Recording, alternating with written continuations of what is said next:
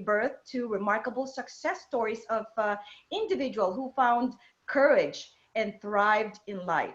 So, guys, you know that we are all facing both health and economic challenges these days, right? And surely it's beyond our control.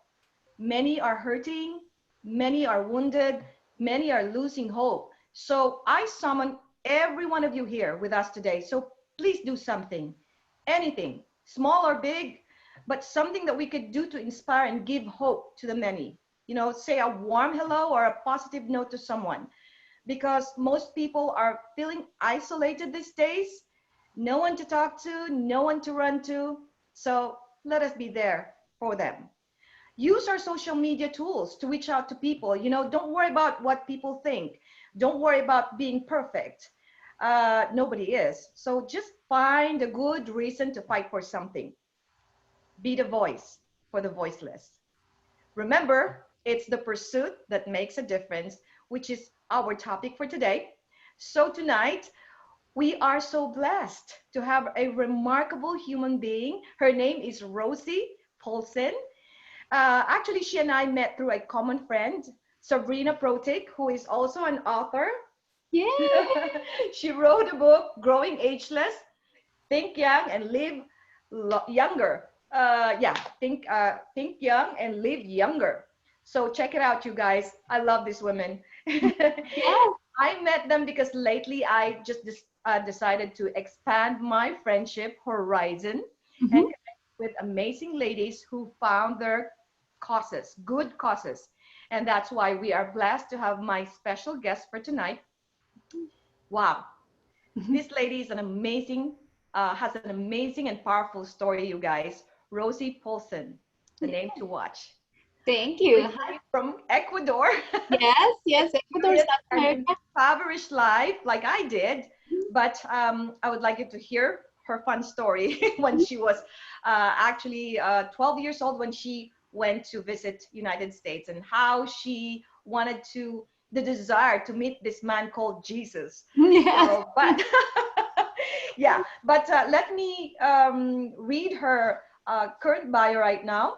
Rosie Paulsen, the founder of Rosie Paulsen Enterprise, is a commissioner, public speaker, community advocate, TV show host, and Medicare insurance broker. As a commissioner, Rosie serves on the Florida Commission on the Status of Women, whose mission focuses on the welfare of the women of Florida. She regularly shares her expertise via educational seminars on Medicare, the Hispanic market, and entrepreneurship. As a civic leader, Rosie promotes economic growth through collaboration and long-lasting relationships. She actively serves and has founded several advisory committees in the Tampa Bay area, such as Equal Business Opportunity for the City of Tampa. And in her talk show, Where's Rosie? She engages with local business owners and community leaders to bring exposure to their services and causes and highlight their involvement in the community. Wow. And Rose's brand motto is pure positive, inspiring ideas, which actually reflects her goal to contribute to society through inspiration, determination, and her pure positive attitude. So please help me welcome Rosie Paulsen. Rosie, Yay. how are you? Fine. Thank you very much. Thank you very much, Kai. It's an honor to be in your show tonight. We are exploring this new thing called virtual networking podcast shows, and recently I heard this quote by one of my friends, and I want to share it with everybody out there. And it's about they were talking about in the show. The quote goes like this: em, em, entrepreneurs and business owners are the powerful and adaptable leaders of the world. And that's what I want you to understand, that most of us that own a small business or are entrepreneurs are right now front and center. I mean, we are in our homes because we can't leave, but a lot of them have to continue to stay alive, right? And living their American dream. And what are they doing? they're adapting. They're adapting. So I shared the story that my pillow guy, well, he's now making masks. The Tesla dealership is now making ventilators. You know, that is, you know, they might not be fighting a war with weapons, but they're fighting this war where we all together as Americans and as human beings, because at this time it's a global epidemic. So we have to unite and put our differences in our side, and realize we are all in this together, and we're gonna either come out stronger and better, or we're gonna have an issue. And I believe we are now in this seclusion, right, where we are getting to know those people that you love. Absolutely. And you have the time without interruption. And I don't know about you, Kai, but I'm sometimes having these arguments with God every morning about, you know, what do you mean I don't have to work? Everything is happening for a reason, and we just have to kind of like adapt ourselves to the situation and live to its fullest. And also, this is a time where we need to kind of like be thankful for the little blessings that we have in life, because we are getting, you know, beginning to forget the little blessings in life, and we are focusing too much on something that is, you know, too much materialism in this world. So that's the reason why right now, like you said, this is a time to get together. And I love that words that you have spoken, actually, because let's get united and let's see how we can empower each and everyone here on earth, and how to inspire everyone here. So I just wanted to let you know how much I enjoyed our chat last 2 weeks ago. And getting to know you is truly a remarkable sort of time together. I enjoyed your story, and I'm sure I'm going to learn more about you today. And thank you for accepting yes to share your story and inspiring a lot of our viewers today, because we can help make a change in this world. But let's backtrack a little bit. Yes. Talk about your pursuit of greatness. Tell me about when you were 10-year-old and until you were 12 years old. That story actually sculpted in my mind, and I'm sure that the viewers will enjoy that story. Yeah. Soccer game? Well, back then, this is 31 years ago, maybe a little bit more, maybe 35, right? Yeah, well, I'm going to be 50 this year. Yay, me! Beautiful. So if I was 10, that's almost 40 years ago, really. So technically, girls couldn't play soccer back then. Soccer was a boys' sport, really. I used to play a little bit I used to be good at basketball. So my dad realized that if I was good at basketball, I can be a good goalkeeper. And I was a really, really, really good goalkeeper, except girls did not play soccer. So a lot of I had my little niche of friends, and they were okay. But as we got playing with other leagues and stuff like that, people kept saying no to me. And then one day, it was a Saturday morning. We always went to the field to play. And this particular Saturday, they're all playing with this blonde-headed little girl. And she had green eyes, and she was white. And I said, She's like, girl, why is everybody playing like nothing happened and nobody plays with me? So the boys kept saying to me, well, she's an American. And that's why we're allowed to play with her, because she's an American. Okay. So I kind of had to figure out what an American was. So I befriended the girl, which spoke almost no Spanish whatsoever. And I spoke no English whatsoever. But I, in my little broken English and her little broken Spanish, realized that she was the daughter of a missionary that came to Ecuador to talk to us about the love of God. And she talked about Jesus and how they left their comfortable lifestyle to come into my little country. And although I was not in I was a middle class, as I got older and as we got closer to coming to the United States, things got a little bit rough, okay? So anyway, she told me about, why they came as missionaries to Ecuador. So I came running to my parents, my mom especially. And I said to her, okay, Mom, I know how I can play soccer with no problem. And she goes, how are you going to do that? And I said, I need to go to the United States, and I need to meet this guy named Jesus. And I will be able to do whatever I want to do. Like that, I was 10 years old. But I think what that created for me was what I call Ñeque. I always had Ñeque, but Ñeque is a Quechua word that means resilient. That means that spirit that continues to get you up even when you're down and when you just want to stay there for a little bit and you don't want to do anything. That spirit, that Ñeque, picks you back up and you keep going. So I was one of those people that very resourceful. If I did not find it in one place, I find it in another one. I kept looking and looking and looking. But what really defined me also is that I always wanted to help people. So once I became knowledgeable, I always went back to teach others to do the same thing. And my parents both were teachers in Ecuador.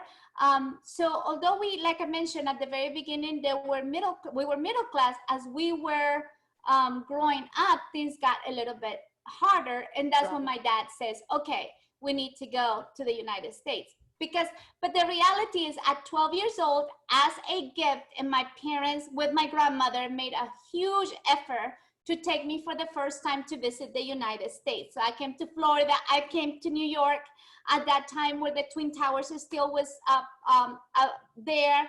So for an immigrant, you know, when you dream about coming to your American dream of the United States, you dream about the Manhattan skyline. And that was why the Twin Towers were such a key point for the terrorists to attack us. But I was able to be there. I saw the Empire State Building. I saw the Statue of Liberty. And within 3 days, I learned the subway system. And I know I was speaking a little bit of English at that time. So I knew I belonged. I knew in my heart that I belonged. So we stayed here for about a month. And on my way back, I cried the whole 4 hours going back to Ecuador and saying to the United States, you have not seen the last of Rosie. I'll be back. I don't know how, I don't know when, but I'll be back. And I was blessed that from then, I guess I nagged my parents so much that at age 17, my dad told my mom, either we leave or she's leaving with us, without us. I just love you. I just love you. Rosie is the type of person, when the front door is closed, she better make sure she's going to go around the back. Yeah. I love that courage. Definitely. Thank you for that wonderful, wonderful story and such a remarkable experience that you had when you were younger. And so based on the 4th chapter of my book, Pursuit of Greatness, it seemed like this topic truly relates to your who you are right now. So that is remarkable. Rosie, could you share to our viewers, you know, all those pursuits that you had in order for you to become who you are right now? And I'm sure there are challenges behind it, right? So you can really share that, because nothing is nothing is easy in life. So maybe we could inspire the viewers today. Yes, and this is, as much as you're writing your book, I'm also writing mine, which is super exciting. I was supposed to publish it on 2018, Yay. But hey, who's counting, right? Congratulations! The voice for the voiceless. Exactly. And I want to thank Not Publishing USA, because they're the ones that are helping me. The name of my book is Ñeque, The Spirit of a Resilient Mindset. And a resilient mindset is nothing different than your spirit of never giving up. That once you have your purpose, you will persist, you will persevere, and then you will pivot. And those are the 4 P's that I teach my business owners when I teach them to be powerful, to be unique, to share the story, and to be transparent. Because people do business with people they like and they trust, right? Right. So the more you share your story and you be unique and you be transparent, you bring your tribe to you. Because haven't you had that business, you know, that client that you know should not be your client from the beginning, but you are in a stress situation, you don't know how to handle that no, and you accept that client. and you end up paying dearly because that client literally sucks the living breath out of you, and you end up losing money. So did you really earn money with that client? No. So that is some of the stuff that I teach in my book. Recently, one of the things I do want to share and inspire business owners right now, I do have two books that I have read in my life. One is The Go Giver. If you haven't read that book, you need to read that one.